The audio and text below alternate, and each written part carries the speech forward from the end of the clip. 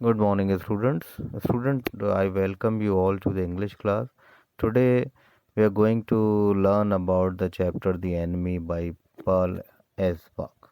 About the author. Paul S. Buck was born in June 26, 1892, in West Virginia, USA. She was a bilinguist and was adept in reading and writing English and Chinese. Her best novel, The Good Earth, has China as background and was first published in 1931. In 1938, she won the Nobel Prize in Literature. Her books include novels, collection of stories, biography, autobiography, poetry, and drama. Student, she died in March 1973, just 2 months before her 81st birthday. Student, as far as this chapter is concerned, it has a story which highlights how a doctor's duty as a trained medical practitioner towards a patient makes him rise above the narrow national prejudices. This doctor, whose name is Dr. Sadao, risked his honor, position, and life, as well as that of his wife and children, by sheltering a runaway prisoner of war and of the enemy camp and saving his life. Student, this chapter is too big to be covered up in one video, so I have divided this chapter into two videos. In this video, we will see the first part of the chapter. So, in the first part, uh, there the scene of action is a spot on the Japanese coast.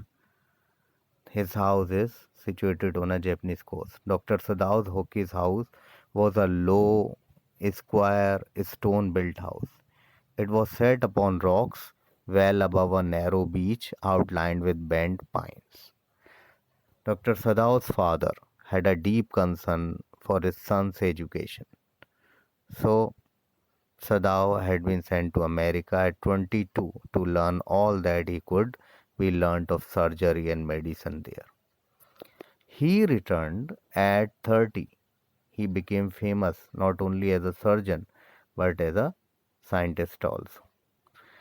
And when he returned, it was the time of the World War. Japan war Japan was at war with America. Dr. Sadao had not been sent abroad with the troops. The old general was under medical treatment, and his general, might need his services. So Dr. Sadao was being kept in Japan only. Sadao, one day, what happened was, watched mist hide outlines of a little island near the shore. Then it came creeping up the beach below his house. His wife Hana came out and put her hand on his arm. It gave him pleasure. Then she laid her cheek against his arm. At that moment only, both of them saw something black coming out of the mist. It was a man. He staggered a few steps. Then the curled mist hid him again. Hana and Sadao leaned over the railing of the veranda. Then they saw a man crawling on his hands and knees. Then he fell down on his face and lay there. They thought that it was perhaps a fisherman who had washed from his boat. When they came towards him, they saw that he was wounded. He lay motionless there. They saw his face. Hana whispered that he was a white man. Sada began to search for the wound. Blood flowed freshly at his touch. In order to stanch the fearful bleeding, he packed his wound with the sea moss. The man was still unconscious. He moaned with pain in his stupor, in his unconscious state, but he did not awaken. Saddam muttered, "What shall we do with this man?" He said that the best thing that they could do was to put him back in the sea. Hana agreed with it. Sadao explained that it was a difficult situation. If they sheltered a white man in their house, they would be arrested. So If they turned him over as a prisoner, would certainly die then, on the other hand. So they were staring upon the inert figure with a curious repulsion. They tried to find out what he was. He looked American. The battered cap had faint lettering written U.S. Navy. They concluded that he was a sailor from an American warship.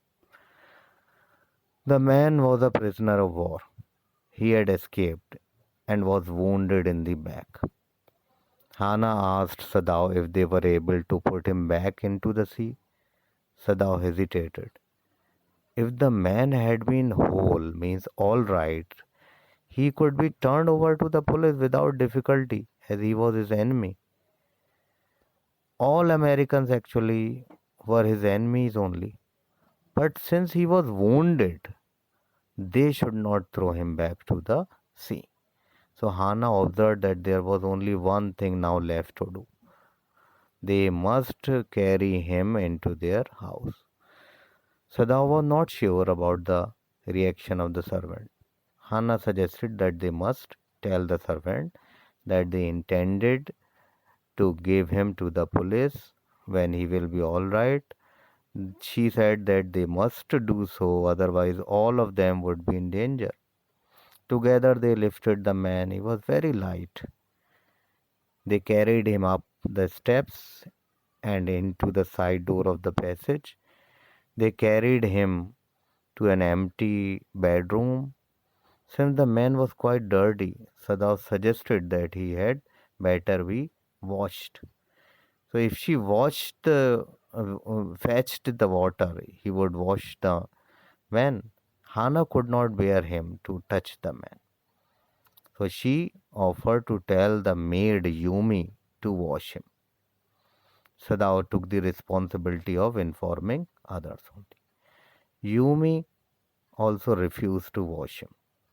The pallor of the unconscious man's face moved him first to stoop and feel his pulse. It was faint, but it was there, means still he was alive. He put his hand against the man's cold breast. The heart was the heart too was yet alive. Sadao observed that he would die unless operated upon. So the man was very young, perhaps not even 25. The man had to be washed first. Yumi had already refused to wash him. Right, so they did not want their master. Servants were very angry with the servants were very angry with them. They did not want their master to heal the enemy. Then ultimately Hana washed the man till his upper body was quite clean. Sadao put his instruments upon a sterilized towel. He began to wash the man's back carefully. He asked Hana to give the anesthetic if he needed it. Hana choked. She clapped her hands to her mouth and ran out of the room. He heard her retching, vomiting in the garden. She had never seen an operation actually. Now Sadao proceeded swiftly. Hana came in after some time. Sadao asked her to saturate the cotton and hold it near his nostrils, near the nostrils of the patient, of that soldier. She had to move it away a little when he breathed heavily, badly. Then Sadao got busy. He felt the tip of instrument strike against something hard. It was just near his kidney. Then, with the cleanest and most precise incision, the bullet was out. The man quivered, but he was still unconscious. Sadao gave him an injection, and the man's pulse now grew stronger. Hana had to serve the young man herself, for none of the servants would enter the room. Now the man was growing stronger day by day. So, student, we will cover up this portion in this video. Later we will cover up in the next video. Thank you, class.